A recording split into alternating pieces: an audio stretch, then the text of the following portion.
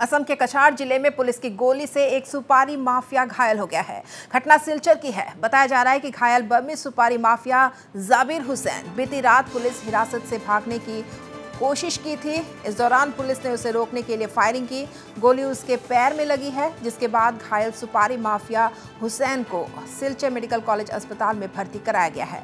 Police ने बर्मी सुपारी तस्करी मामले में हुसैन सहित 2 लोगों को गिरफ्तार किया था। तो बड़ी खबर सामने आई असम के कछार जिले से, जहां पुलिस की गोली से एक सुपारी माफिया घायल हो गया है। घटना सिलचर की है और ऐसा बताया जा रहा है कि घायल बर्मी सुपारी माफिया जाबिर हुसैन बीती रात पुलिस हिरासत से भागने की कोशिश कर रहा था और उसी दौरान पुलिस ने उसे रोकने के लिए फायरिंग की। गोली उसके पैर में लगी, जिससे वो घायल हो गया और बाद में उसे सिलचर मेडिकल कॉलेज अस्पताल में भर्ती कराया गया है।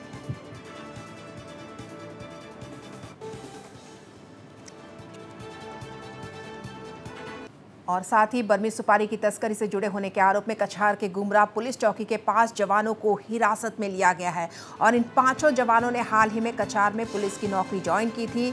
ज्वाइनिंग के बाद इन जवानों को असम मेघालय सीमा में डिगरखाल पुलिस नाका चेकिंग गेट में ड्यूटी पर तैनात किया गया था और इसी का फायदा ये सभी बर्मी सुपारी की तस्करी करने वाले गिरोह से जुड़ गए थे। कछार के पुलिस अधीक्षक के निर्देश में 5 पुलिसकर्मियों को हिरासत में लिया गया है और फिलहाल इन पुलिसकर्मियों से सिलचर सदर थाने में पूछताछ की जा रही है। तो आज ये दो बड़ी खबरें आई हैं सिलचर से। एक तो है कि तस्कर को भागने की कोशिश में गोली चलाई गई जिसमें वो घायल हो गया है और दूसरा 5 पुलिसकर्मियों को भी तस्करी से जुड़े होने के आरोप में गिरफ्तार किया गया है।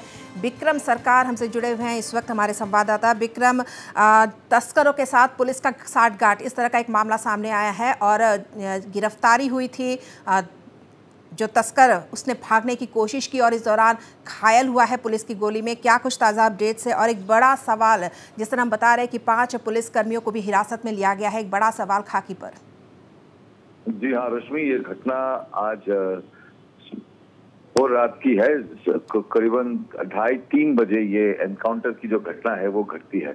कुछ दिन पहले ये मामला शुरू होता है एक ट्रक के पकड़ने के बाद से। कुछ दिन पहले जहाँ पे सरकार और पुलिस निदेशक ने बोल के रखा है कि किसी तरह की कोई भी तस्करी को माना नहीं जाएगा। अगर कहीं पे भी कोई तस्कर पकड़ा जाएगा तो उसके खिलाफ कड़ी कार्रवाई होगी, चाहे वो कोई सिविलियन हो या फोर्स का आदमी हो। उसी के चलते कुछ दिन पहले एक ट्रक को पकड़ा गया था कालाइन गुमरा के बीच में। उसकी जब तफ्तीश शुरू हुई रश्मि, तब 5 कांस्टेबल्स का नाम आया। हालांकि अभी वो कौन से कांस्टेबल्स हैं उनके नाम ऑफिशियली खुलासा नहीं किया गया है, लेकिन 5 कांस्टेबल्स को जब इंटरोगेशन किया जा रहा था तो इस बंदे का जो सुपारी के साथ लिंकमैन है, ये जो माफिया कहा जा रहा है, ये है जाबिर हुसैन तालुकदार बोल के जो माफिया जिसको एनकाउंटर किया गया है। इस इन्वेस्टिगेशन जब इंटरोगेशन चल रहा था इन 5 कांस्टेबल्स का, पुलिसकर्मियों का, तब ये नाम सामने उठ के आता है।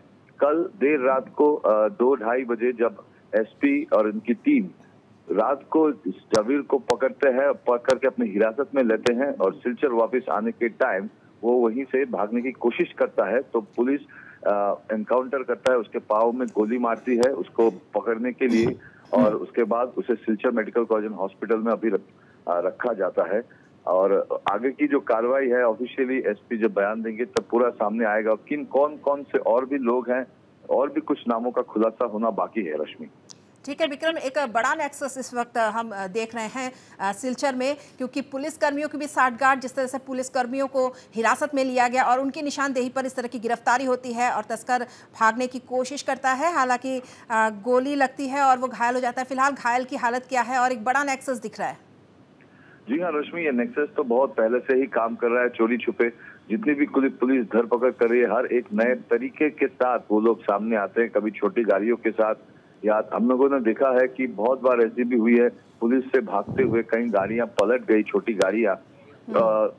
उस तरफ से ऐसे बहुत से अंदर बहुत से ऐसे लोग हैं जो इस सुपारी के तस्करी में शामिल हैं। बहुत एरिया के लोग हैं, कछार के हैं, बाहर के हैं, अलग अलग डिस्ट्रिक्ट्स के लोग हैं। उन्होंने अपना एक खुद का नेक्सस बनाया हुआ है और इसी रूट को इस्तेमाल करते हैं कि असम के बाहर निकाला जाए, मेघालय होके तो अगर वो एक बार डिगोरखाल गेट एक बहुत बड़ा एक फैक्टर है, बहुत बदनाम भी है, और वही एक फैक्टर है, अगर उसे क्रॉस कर लिया जा सके तो बाकी भारत के कहीं पे भी वो पहुंच सकते हैं, ये उनका मानना है।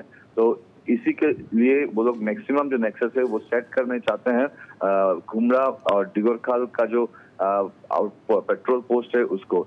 और ये जो बंदे आए थे वो कुछ कह रहे हैं कोई नए पुलिस की भर्ती थी या पुराने थे, अभी तक उसका खुलासा नहीं हुआ है। लेकिन इन पुलिस कर्मियों को इंटरोगेट करने के बाद ही, क्योंकि 2-3 दिन पहले उनको हिरासत में लिया गया था, उनको इंटरोगेट करने के बाद ही एक का नाम आया है, और भी नाम आना बाकी है। जो बड़े बड़े लोग हैं जो इसके साथ शामिल हैं, बहुत सारे हर डिपार्टमेंट के यहाँ पे लोग हैं मिले हुए इन लोगों के साथ।